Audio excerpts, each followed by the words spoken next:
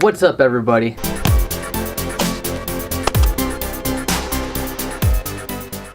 So before I start this video, everybody, be sure to push that like button, push the subscribe button down below if you wouldn't mind. Help me out greatly there, and we will get started with the video in 3, 2, 1, here we go.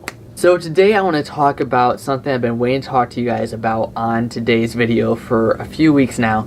I got my brand new Canon 80D in, and yes, it is an older camera, but there's a lot of factors that I want to talk about with it, and I wanted to make this video last week, but I decided to wait a week before I did anything with it video wise so I could get some experience using it and then share my overall opinion with it. I'm going to tell you some things I don't like about it and things I obviously do like about it, because I wouldn't have bought the camera if I didn't like things about it. So first of all, obviously the price range. The price range for this camera is magnificent.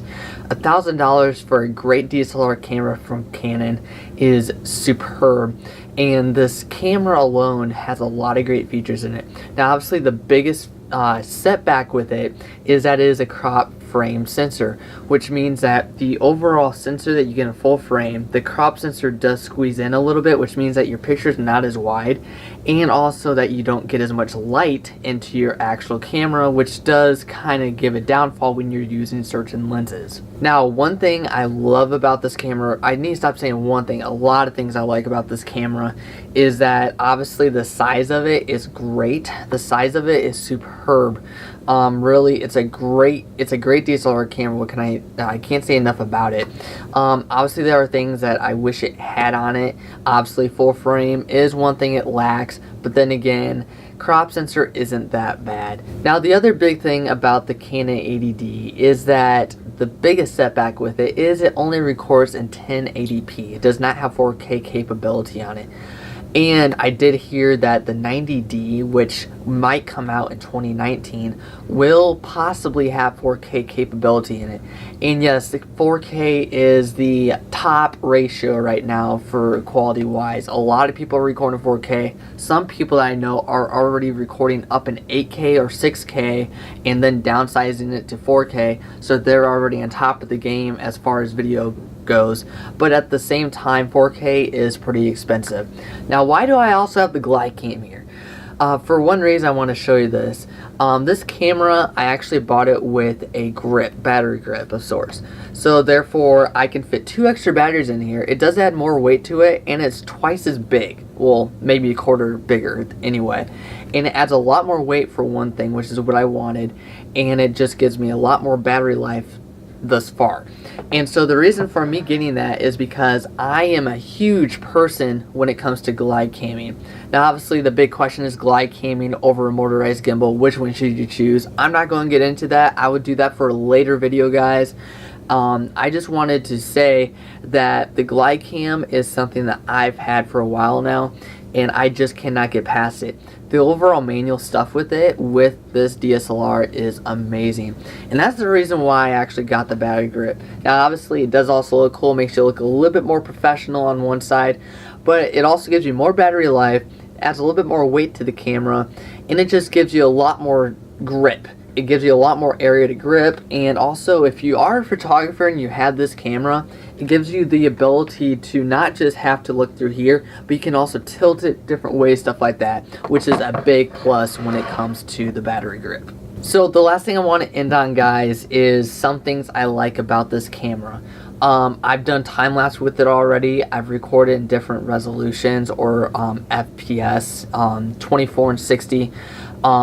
And there's a lot of things I like about it. The one thing I do love about this camera that I didn't think I would like as much than what I do actually is the flip out touchscreen. This thing is amazing. Now it is a little bit small to use, but at the same time it's really nice to have. Flipping out, you can do different things, and as a matter of fact, like the 5D Mark III or something like that, or even the 5D Mark IV, both have fixed screens, which means you can't move it whatsoever.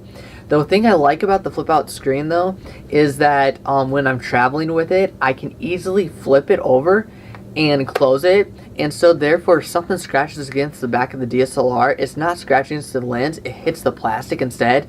Then when I'm ready to use it, I just flip it around like so, and it's all good to go.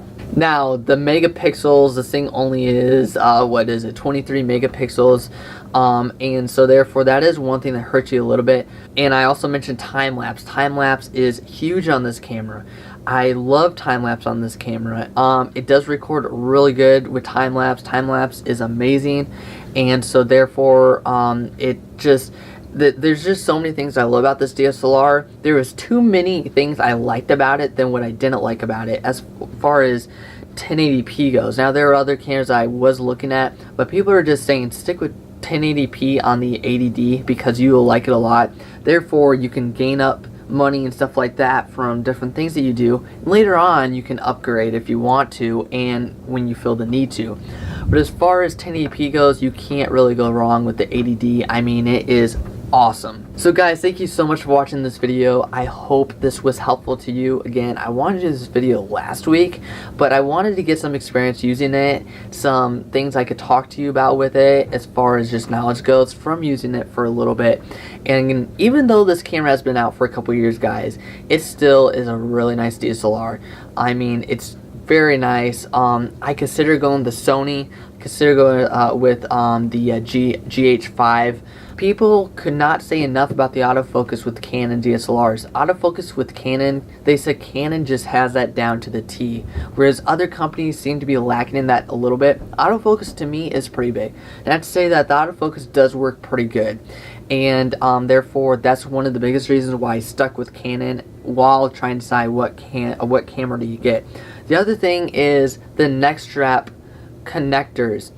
Any other company that I saw out there with DSLR cameras, the neck strap connectors were rattling. It was like a ring, like what you'd have on a keychain, and if you record with it and you hit a bump or something like that, I could so see that just wiggling. Whereas Canon has fixed connectors, which means no noise, very sturdy, and it just looks very professional looking. So guys, I hope this video is helpful to you in a lot of ways. I was super excited to bring this video to you guys. I just wanted to get a little experience in before I brought it before you guys.